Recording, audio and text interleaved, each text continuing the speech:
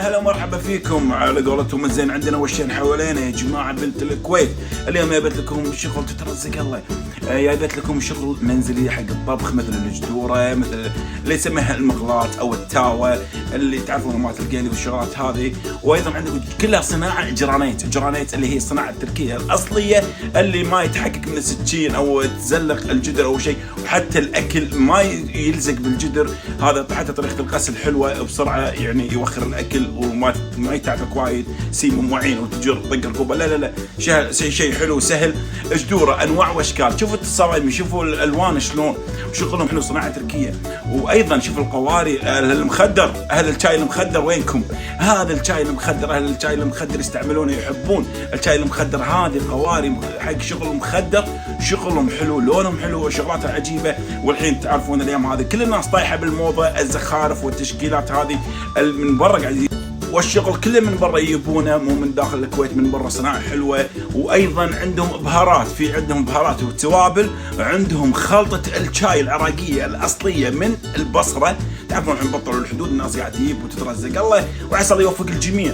هذا الشاي خلطته كامله مع الشغله كله كامل، ما عليك الا نظام تقاسله وتخدره بالشاي يطلع شاي ولا اروع من اهل البصره اصلي.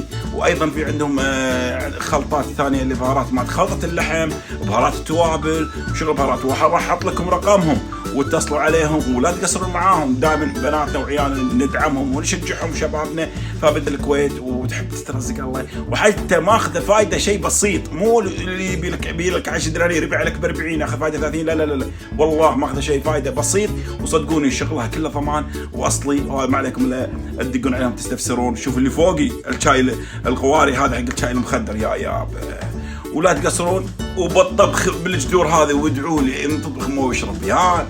وفي ايضا جدور مقلوبه الحين طاحوا فيها بشيء جديد. حق المقلوبه تسهل عليك العمليه، مو نفس قبل كل ما تقلب الجدر طاح والخبص وطاح من الطاوله وطاح على الارض والنعمه تلعبون فيها. لا، هذا المقلوبه تسهل عليك العمليه. القلب المقلوبه يطلع بشكل احلى، على قولتهم الحكوكه والكيك اللي يسمونها. وخيكم احمد الفضلي دائما يدعم الناس الطيبه واللي يستاهلون بضمان، وليس مجامل او نضحك على العالم. لا والله، عسى الله يوفق الجميع يا رب. واذا طبختم موشه ربيانه زبيديه بالغلط، كل ما تطبخوا شيء طرفوا لي الاكل، ترى عند وجهكم بالاكل.